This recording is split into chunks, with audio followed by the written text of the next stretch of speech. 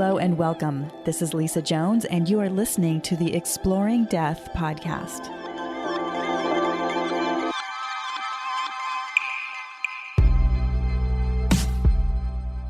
Hi, it's Lisa Jones with the Exploring Death podcast, and I am here with P.M.H. Atwater. An international authority on near-death states, Dr. P.M.H. Atwater uses the culmination of her research to establish that the near-death phenomenon is not some kind of anomaly, but is rather part of the larger genre of transformations of consciousness.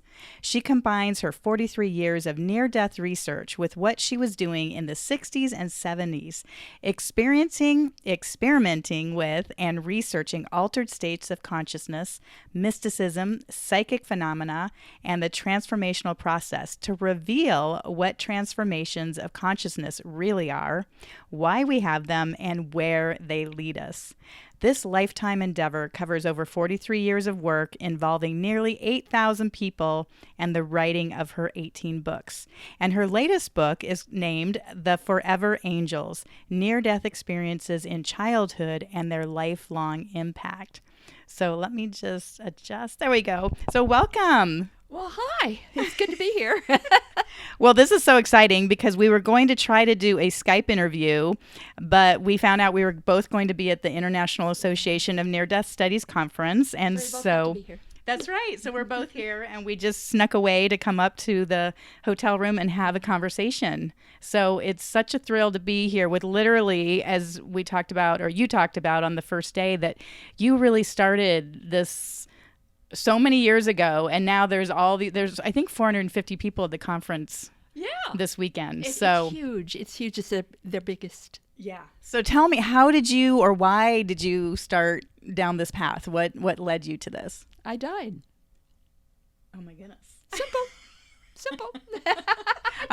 I'm sure you've told your story 100,000 times, but are you ready to share it? I was on my way to becoming a bank president. I was studying to be a bank president with the American Institute of Banking. And before that, I had done all this other work.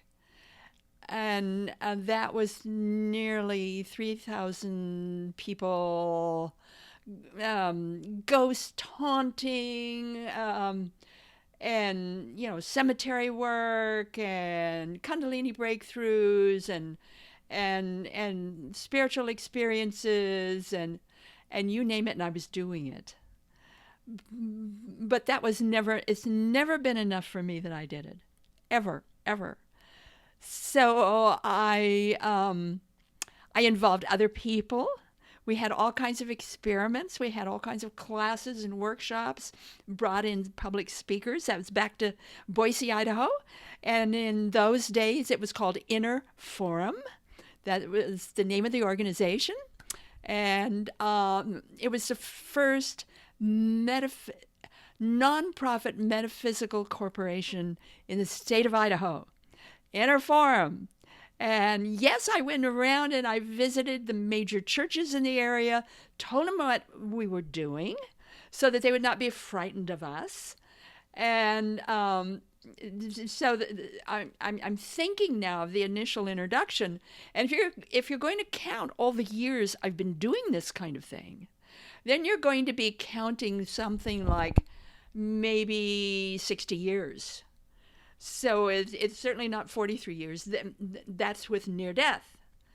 And if you're looking the larger genre, maybe 8,000 or 9,000 people. So, if you're just looking at near death work, it's nearly 5,000.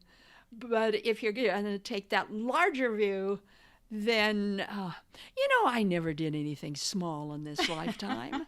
It's always been important for me. It was never enough that I could do it. It was never enough that I saw it. It was never enough that that I could establish something very real here that I had experienced for myself. Never enough. I then had to go to others and give this potpourri and this wonderful what you could do. and then experiment with other people and bring in speakers and have all kinds of things going on. And so that's why I brought in so many other people and had this inner form, so that my goal was to present factual and established material, sort of like to counter what was on newsstands and all of the flashy stuff. I wanted to be able to really get to the bottom of what people can believe and what people can do and how they can prove it themselves in their own life. It was never enough that you read a book or that you took a class. You had to experience. So wait, let me ask you a question. I'm going to back up. So did you have your near-death experience first? No. Oh, okay. So you were doing all of this. I was doing all of this back in the 60s. Oh, my Back goodness. in the 60s. Oh, my gosh. So, yeah, this was way before Raymond Moody's book came out. Long before. Okay. Long Wow. before. And then... Days of Ram Dass. Oh, well, I hang out with Ram Dass now. Even before Ram Dass. I hang out and swim with Ram Dass now on Maui. So we're like coming together after all these years, right? Oh, he's the one who turned me around. Really? He's the one. Oh, my goodness. Oh, we're going back in time, dear. Oh, my, are we going back in time? We're going back to the days when I was a young mother, and I had 3 children, and we lived in the Boise, Idaho area, and it was a Saturday. And Mom, Dad, and the kids were going to Julia Davis Park in downtown Boise, Idaho. And it was we were going to do the family thing. So the dad and the kids were racing out ahead of me. And of course, I'm holding the picnic basket. You know, the woman always has the heavy stuff and the heavy baskets, and we're lugging it. So I'm lugging the picnic basket. And my path through Julia Davis Park took me by the band shell. And there was only one person speaking from the band shell. He was seated on the floor in the yoga position. And it was Ram Dass, early on in his time. And he hadn't even written his book yet. He was just out there doing his thing. And he was talking to people, and there was like maybe 5 people listening. And so I'm racing along, and he caught me. Some of the words he said caught me, and I stopped and I listened. And he was talking about these experiences, that he had had. And there was a little old lady sitting in the front row. And she went up to the band shell. I'll never forget her. And she had to crane up to see the man. And she says, I do all of that when I crochet. And I thought, and then he said, you don't have to do drugs to have these happenings or these awakenings. You can be doing other things. And I thought to myself, well, I have those too. And I certainly don't drink, have drugs or drink alcohol or anything like that. But I was having them too.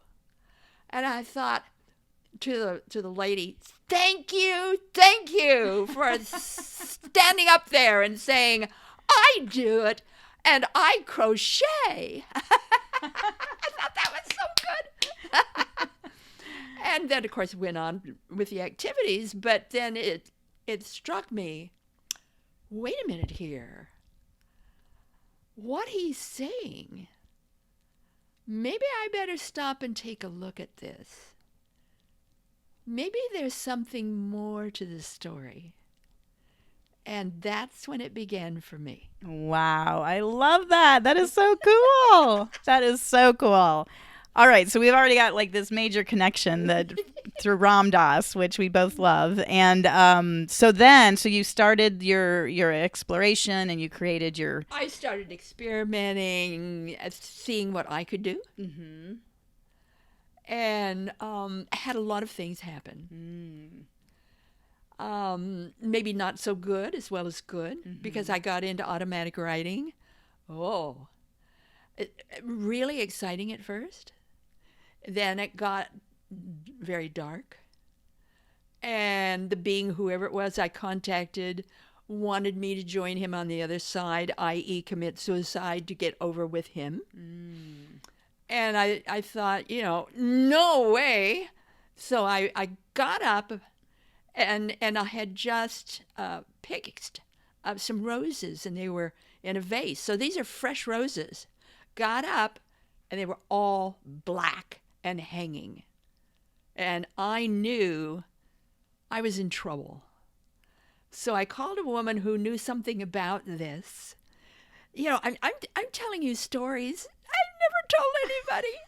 That's what happens. It's so funny because people tell me their deepest, darkest stories, and we're sharing this. I appreciate you sharing this. Oh my goodness. And so I contacted this woman. And so she said, don't ever do automatic writing again. And got into prayer. And then unbeknownst to me, she arranged with my husband and several other people that she was going to have a session. Wouldn't it be nice if they had a special session like Save Me? Kind of like an intervention. Yes, it was on a Sunday. So she had arranged with my husband. She would pick me up in the afternoon and got in her car. And we drove out State Street and out to Floating Feather Airport and around the corner and way out in the foothills past Boise and around the bend. And we pulled up to this home, kind of a ranch style. There was other people there. And I said, this isn't a ride. This isn't what you told me that we were going to do. We were just going to take a ride. Something's going on here. She says, well, don't worry about it. Let's just walk inside. So I walked inside. And the minute I opened that door, there were 7, 8, 9 people there. One of them was my son's own school teacher. Another one was an assistant to the state governor. There was a lot of really neat people who were really serious. And instantly, they knew all about me. All they had to do was look at me. They knew all about me. It's like I was naked. It was like I was transparent. It's like they could see through me. And all I did was walk in the door. They didn't know me. I didn't know them. So we sat down on sofas. We're in a circle, chairs, sofa. And I told them what had happened. And they said, we are here to do the 44-breath Kahuna healing prayer. Yes, it's a 44-breath prayer. Well, Huna? It's a special, the Kahuna is one who practices Huna, so it's the very special Huna prayer, healing prayer. And it's like, what's Huna? Never heard of that. Or a kahuna who practices Huna. So I just said, okay. So my arms were open. Everybody's arms were open. And they did it. It's a special controlled breathing until you build up to 44 breaths. And it's always let the rains fall where they may. You never guide what's going to happen. You never pre-plan that. It's always according to what is needed at that moment in divine order. So let the rains fall where they may. And at that moment, I felt two electric bolts enter the palms, both hands, and come up. I mean bolts of electricity. I mean bolts come up and go around, and it's like I'm wired, and I just and after it was over, I said to the people that were there, I don't know who you are. I don't know what you practice. I don't know what you're doing. But I want to join you. And I want to attend your group. Well, I did. It turned out to be an ARE study group that practiced Huna on the side. Oh. Isn't that clever? And I joined them. And that was my introduction to Edgar Cayce and the Edgar Cayce readings. And the particular group was Study Group 2 of Boise, Idaho. And our group, we went through the Search for God books that Cayce did. And we would have special projects that we would work on that week. Then we'd have to come back the next week and report how it went. And so we were going through the book, and it was just fantastic. And then after our meetings, we would have a little bit of bite to eat, and then we would have extras. And then on Saturdays, more extras. Not Cayce, but anything. Everything. And among the things we did was to learn about astral traveling and be able to do it with a master of it. We spent a whole 3-day intensive doing astral travel. I think they now call it out of body, but then we called it astral travel. And that was my introduction. I got into hypnosis and stage work, regressing people into past lives. You name it, we were doing it. And then pretty soon I was doing it. That is to say, I was starting up groups and experiments, biorhythms, you name it. We were out there doing it, and not just with a couple of people, more and more and more. And then I had a friend of mine, Margaret Matthews, incredible woman.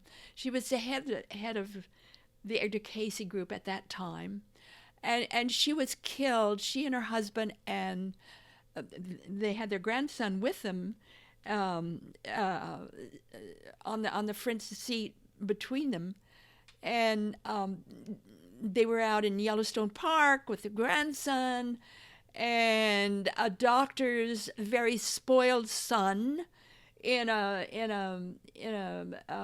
pickup was roaring across the bridge when they were coming the other direction, and of course he hit them.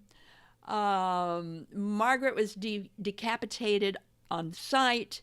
The father, her husband, died, but he lived long enough to make certain the medics got the grandson and to the hospital, and then be able to save the grandson. And when he heard the doctors say that they could save the grandson, then and then only did he die. So they both died. Well, half hour after that happened, maybe 20 minutes, Margaret had asked me to go to their home because that night the Edgar Cayce group was meeting, and I was supposed to be there to, kind of be the hostess. And there was Margaret. And I knew something was had happened. Then her son called, and he was so surprised that I was in the house. "What are you doing in my mother's house?" Well, he knew me, so I told him. He says, Well, do the best you can with the group that's coming. Well, obviously, we were going to do a big healing prayer for everybody involved. But the interesting thing is, one of the women who attended our special group that night, our healing group, lived right across the street. And she, a half an hour, maybe 20 minutes after Margaret was decapitated, she lived right across the street. She was out with the broom sweeping off her sidewalk, and she saw Margaret walking up the stairs to her house and said, "Margaret, what are you doing?" She says, "Oh, I'm just home early." Oh my goodness.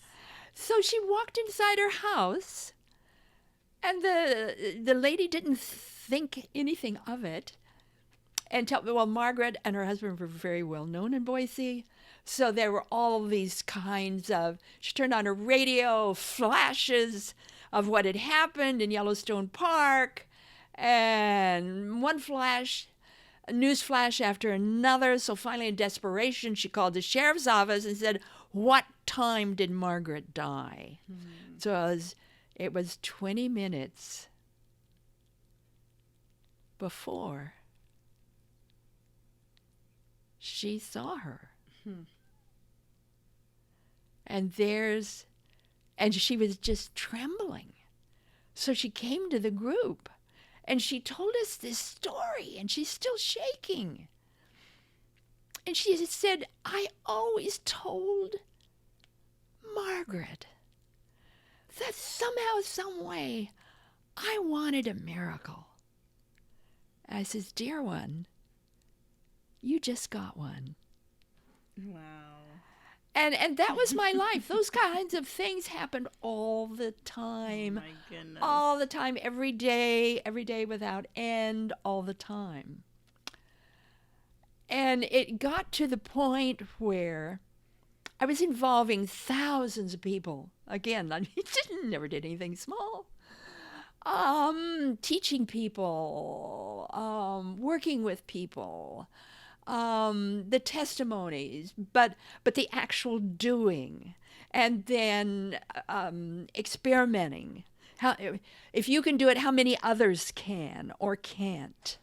So let's examine this from all areas. So part of my hypnosis training was stage work. So I did a lot of stage work with taking people into past lives with my teacher. Learned a lot.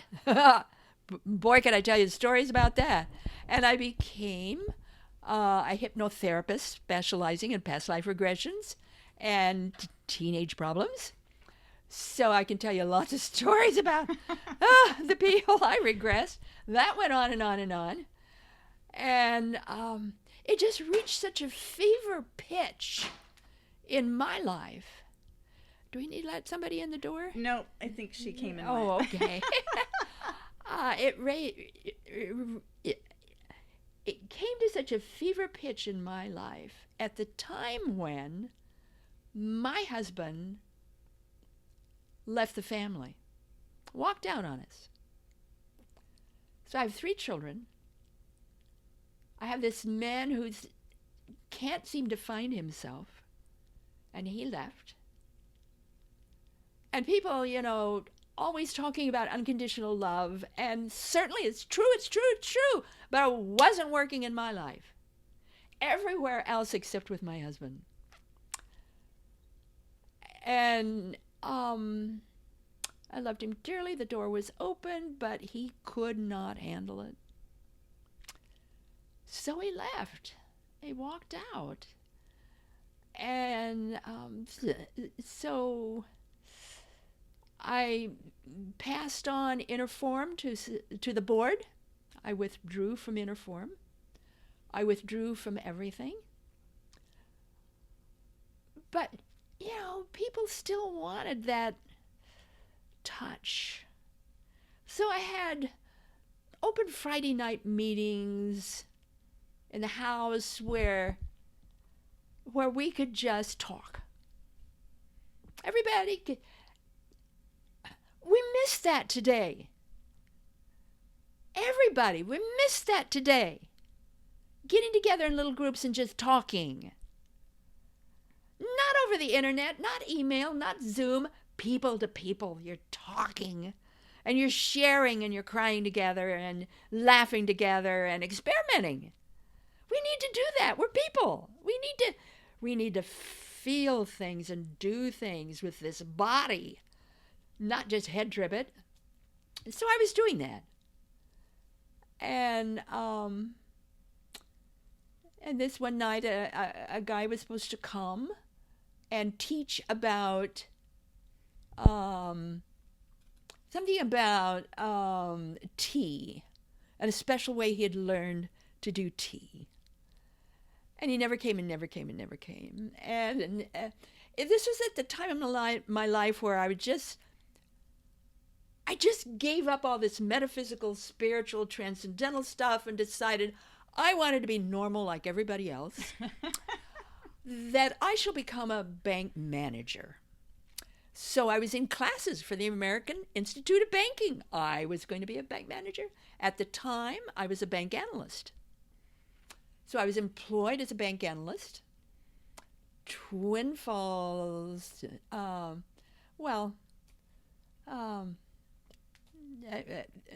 largest bank in Idaho. And when he did come, he raped me. No. You know, I mean, I'm a grown woman. I've had 3 kids. I didn't recognize the symptoms. I didn't recognize anything. I'm not sure he knew what he was doing, but I certainly didn't know what he was doing. And I just simply went to bed that night in my bed, didn't think about a thing, because I was taking a test. And this was in the special kind of drafting. I was taking my special semester test in drafting in the mathematics department of Boise State University. Can you imagine that? I was in there taking drafting classes. And the next day I was going to have this big test, and I was so scared, you know, and it's like, oh, what am I going to do? Because I found out that I was dyslexic. And so I went to a doctor, and he confirmed that. I was born with it, but I didn't know what it was. Who knows what dyslexia is? And I didn't. And I was also born with synesthesia. Nobody knows what synesthesia is. What's synesthesia? That's an elaboration of the limbic system, or multiple or blended senses. So I was born that way. So I was very concerned about our test because I knew we were going to have to draw a bushing. And I thought, am I going to be upside down, right or left? Oh dear. Am I going to be able to draw a bushing? So I was very concerned and went right to sleep. And I was raped. Then impregnated, miscarried, and all of the deaths were from the miscarriage. And that was, my 3 deaths were January 4, January 2, January 4, and March 29. And it was in my 3rd one that I know I was at that point of creation and consciousness where it was happening, where it happened, where it formed, way out in the ethers, past the ethers. That's where I was. And I know that's where I was. And what I saw there so transformed me. I mean, all of my training did not prepare me for this. Mm-hmm. There was nothing in my training Kundalini, all metaphysics, the spiritual, altered states of consciousness. Nothing prepared me for what I went through. And among the things I went through was this voice, this incredible voice. I mean, I knew all about guides and guardians and all this kind of stuff. No, it wasn't any of those voices. It's a voice that's so big. It was like the whole universe was in that voice. And the voice was very specific. It said, test revelation. You are to do the research. One book for each death. It showed me what that meant. Book number 1 was not named. I have no idea what that was. I keep saying to myself that was coming back to life, but I really don't know. Book 2 is future memory. If you haven't caught on by now, that's not a book. It's a labyrinth. Every sentence, every paragraph, every page is part of the math I used to create the labyrinth format. It is a real labyrinth. You read through it like you walk through a sight labyrinth. And the purpose of the book is to bring your consciousness up to the next highest level possible for you. So it's a brain changer. It's like a psychotronic device. Book 3, a manual for developing humans. You know, what was it, hundreds, thousands of years ago, God was Hu. Hu, that was the sound of God. Hu was God. So everybody was God man, God woman. And in the Bible it says we're all gods in the making. So the thought, the feeling is, yeah, let's do it. Let's be the gods we are. And so that's a manual for developing humans. It's a real manual. It's not this fluffy New Age stuff. This is a real manual. And it has a 5th dimensional format that is 6 sections. And it's divided. Well, it's not divided.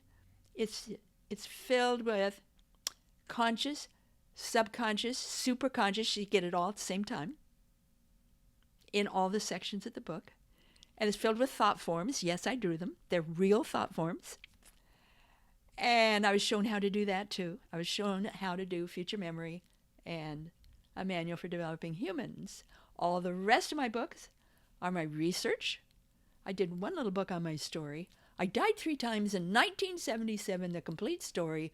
Yes, you can get it off Amazon.com.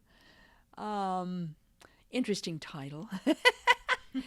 That's the book that Ken Ring saw in a bookstore in Connecticut, where he was, in Storrs, Connecticut, where he worked. And he thought, well, the title, I mean, I've got to find this woman. So he tracked me down by telephone. And I began my work. Hey, I'm a cop's kid. I was raised in a police station. My dad would always say, the body says more than the mind does. So you're watching bodies.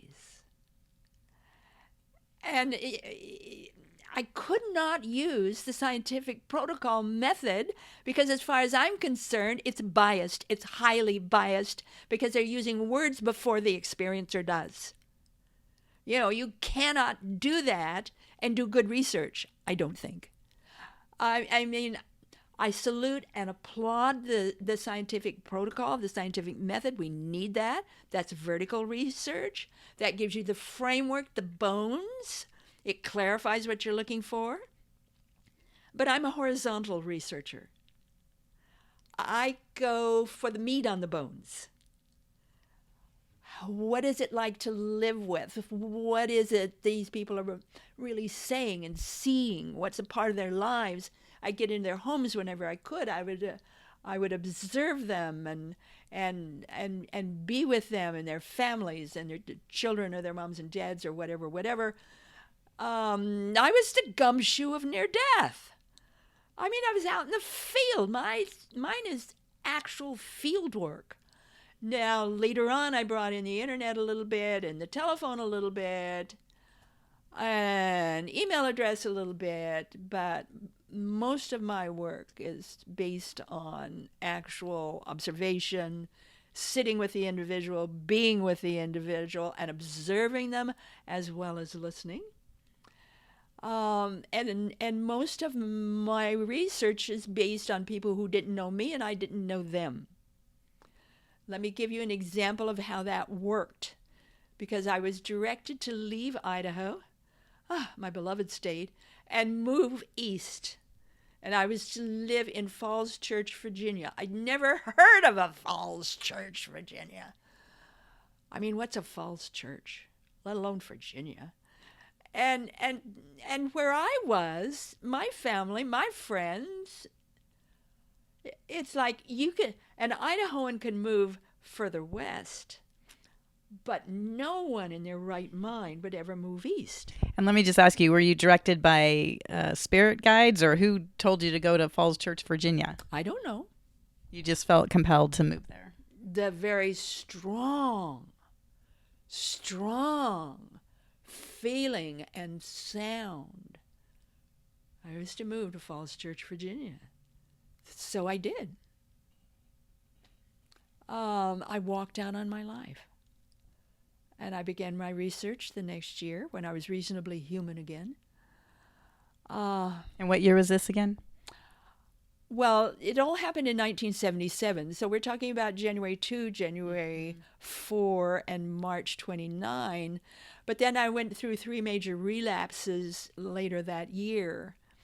So I had to relearn how to crawl, how to stand, how to walk, how to climb stairs and run and tell the difference between left and right, see properly, hear properly, and rebuild all my belief systems. I had to fight to be a human being again. I did. You know, this business about fear. I mean, it was just so much fear. And I was jealous of anybody else who could walk, whose legs would work, because my legs didn't. I had to drag them. And you know, just, how do you do this? How do you get well? And I had several things that happened that made all the difference for me. Let me pass on one of them in dealing with fear. I was directed and felt that I needed to read the Dune trilogy, the Dune books. And the first book, you know, the witches had their the things that they said. And the litany of fear, I memorized it different than what's in the book. I don't know why, but I turned it around completely. And so what I came up with was the litany of fear. Fear is the little death. Fear is the mind killer. It is the little death. I will face my fear. It will pass over me, around me, and through me. And when it is gone, I will remain. And I would chant that day by day, many times a day, and that got me through the fear. That one litany got me through the fear factor. But that fall, it was in November, the first part of November. It was a Mind Miraculous Symposium that was put on in Seattle Center. And my friends trucked me up there. The little babe I was. The doctor got up at 5 in the morning to give me shots and pills so I could do the trip. Can you imagine a doctor getting up at 5 in the morning? But he did. Dr. William G. Reimer. Yes, he's since passed on, but he's still a saint. So when we arrived at Seattle Center in downtown Seattle, Washington, I was reasonably human. I could stand, I could walk, and I could talk. And I could be like a human being. And we went in there, this huge, giant auditorium, and it holds like 3,000 plus. And the first speaker paid for my trip up there and then some. It was Dr. William Tiller, the physicist at Stanford. And his talk was The Eternal Now. Well, I couldn't tell you a thing the man said. But at the end of his talk, he was convinced that everything happens at the same time, at the same place. Everything is simultaneous. Mm-hmm. And he was convinced you could show that in a chart, that physics, using physics, you could chart that. You could show that in a chart. So he flashes up on this giant screen, at least 5 stories tall, huge screen. The exact thing I saw in my third near-death experience. Wow. And I ran out and I collapsed under a foyer light, and I just was crying. I'm not crazy. I'm not crazy. He saw it too. I'm not crazy. I'm not crazy. He saw it too. And from that moment on, I got well. Wow. That's great. I was totally convinced I was crazy, even though I had this incredible background. Right. Yeah, even though you'd been studying it and experimenting and doing all that. Because what I experienced in death was above and beyond even what the sages from India teach, and on and on and on. All that I had previously learned, I still couldn't handle it. What I gained from the prehistory was that I didn't need an ego. Didn't matter whether didn't matter where I was. I didn't need an ego. And I could live anywhere and be perfectly comfortable. So that didn't matter. But the rest of it was beyond anything I knew or had heard or seen or didn't have a clue. And so the following year, I think it was September, but I'm not sure.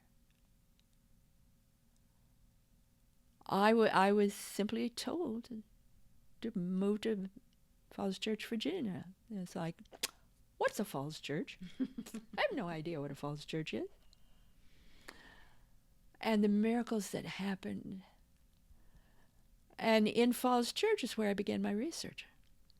That's where it all began. And let me assure you that my work has taken up most of my life. The first 2.5 decades, I would average a 6.5-day work week, maybe 12 hours a day. After that, I decided, well, I could maybe tone that down a little bit and not work so hard. So I toned it down to like maybe a 5-day work week, maybe 5.5, and 8 hours a day. I have been consumed with my work because it was my work, because it was my mission, because it was what I was told to do. I don't recall ever having a choice. They always say in metaphysics, you are always in choice. No, I was never in choice. I did my work because it was my work. And that's all I needed to know. Several times throughout my work, I almost quit because of how my work was treated, because of the feedback, because of the difficulty, that it got to the point where I didn't think I could continue, but I did. Thanks to a phone call from Dr. Pat Fensky, Dr. Patricia Fensky. She called me one night. She didn't know what was going on. So for 1 hour, I poured and I poured and I poured. She didn't say a word for about 10 minutes. And then she said, "Keep doing what you're doing. I'm going to talk to some people." I don't know that my work will ever be accepted by the academic community, by scientists. I don't know that my work will ever be accepted broadly. But I do know that nobody else on this planet has worked as hard as I have, has done as much as I have, with as many people as I have. And I feel good about that. I feel like I'm doing my job, and I have done my job. I have, my mission ended with the manual, a manual for developing humans. That was the last book. That was the last part of my mission. And I remember holding the book hot off the press. There it is, the manual. It's done. It's done. And as I was holding it, all of that incredible energy that I was given in death to do the work left. I had an incredible voice, a wonderful singer, high, lows, high C, low C, didn't matter. Incredible voice, left. Within 10 minutes, that energy and that voice were gone. I don't talk the same as I used to because that voice is gone. It just left. And for 2 weeks, I was lost. I was just lost.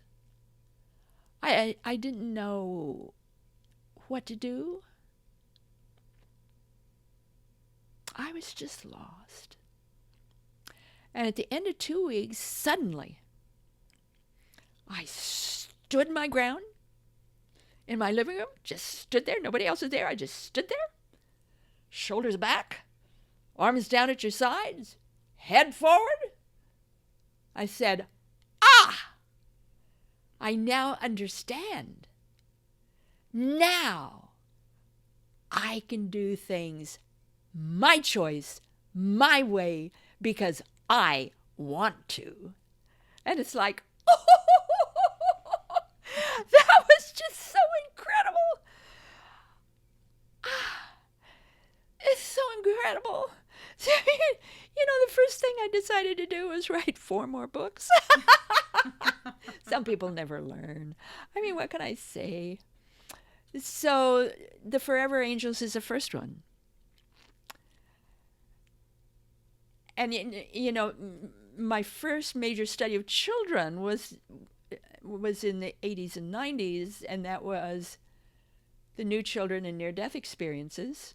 And I was able to take some of that work and put it in this one. And I found a 21% suicide ideation rate. I found all kinds of things with the mind, learning reversals, all kinds of things, and I did everything I could to interest the proper researcher who could do it the scientific way. Couldn't interest anybody. All these years that book came out. When did it come out? 2009? Anyway, whenever it came. 2001, I think. Anyway, whenever it came out, finally. Well, the original, I think, came out in 1999, and then, well, anyway. I couldn't interest a single soul in doing the proper scientific way of research. And I thought to myself, we've missed it. We've missed it with the kids. We think we know what's going on, and we are wrong. So I went back and I did it again. I had to. Everything inside of me, truth. I mean, I'm a truthful person. I wanted to get at the truth, and the truth was not out there on child's near-death experiences, meaning the little ones. I mean, kids 7 and on, no problem. But those little ones, those little birthers, and that's what they call themselves. I didn't make up that word, birthers. People who have it around birth or up to maybe 6 months, they call themselves birthers. All over the world they call themselves birthers.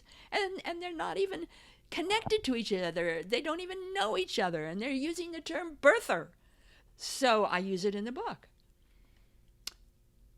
I dug deep, as deep as I possibly could, and I guarantee to you, the Forever Angels will not only surprise you, it will startle you.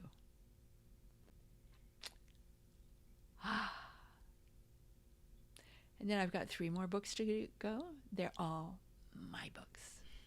They're going to be done my way.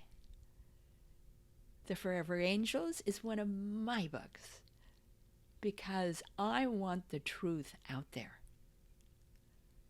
I want to dig deep, and I did. Yes, with nearly 397 people. Again, I've never done anything small. Oh my gosh, that's amazing. Well, you know what? I always pull cards for my interviewees. Would you like me to pull some cards for you? Pull a card. Are you a tarot reader? Well, they're not tarot cards. They're called soul coaching cards, and they're just very sweet little messages on there. Oh, well. Are you open for that? I'm open for a gift. Okay. Sure. So just hold that microphone because I get to hold the microphone. I forgot to bring the microphone stand on my trip, so we're taking turns with that. So let's see what universe has to say about getting to write your own books. Oh my goodness, how exciting! And just be my own person and write my own books. That's right. Instead of God's researcher. Exactly. The gumshoe of near death. That's right. Well, the first card is always the blockage card, and it's wisdom. And so what I feel like what I'm getting is that because you were being told what to do, you were on your mission, like you had your own wisdom that you've built all these years and you haven't been able to share it. So now it's your opportunity to share your own wisdom and what, based on what your experiences has been. Does that feel accurate? Kinda. Yeah. Well, and it's definitely going to put you on an adventure. This is Adventure is my middle name. Oh, good. That's your action card is adventure. So just keep. That's my middle name. That's since birth. Oh my goodness. I've been on an adventure trip always. Look, I did my first double-blind study with a control group at the age of 5 because I couldn't believe what anybody else told me. Oh my goodness. That's amazing. Yeah, I'm one of those people. That's amazing. And then your outcome card. Oh, and I didn't show these. So the first card was wisdom. Let me just hold them up there. And the second card is adventure. Woohoo. And then the outcome card is compassion. And I feel like your books are really going to help people, have so much more compassion. Well, if they buy any. I mean, really, over the years, people have not bought that many of my books. Really, really, really. And I've often wondered why I bother to write them. People aren't buying them. They only buy a few. Huh. Interesting. Well, maybe it's just before its time. I feel like with even the IANs, people are getting more and more open to the idea. They better get the forever angels. Yeah. That's something we all need. Absolutely. Well, thank you so much for taking the time for this interview. Oh, you're drawing things out of me I've never said to anybody. Oh my goodness. Well, somehow that seems to happen when people sit with me. So thank you so much. Thank you, everybody. Thank you for listening to the Exploring Death podcast. This podcast is for entertainment purposes only. Before you make any financial or legal decisions, consult a professional. This show is copyrighted by Exploring Death. Written permission must be granted before syndication or rebroadcasting.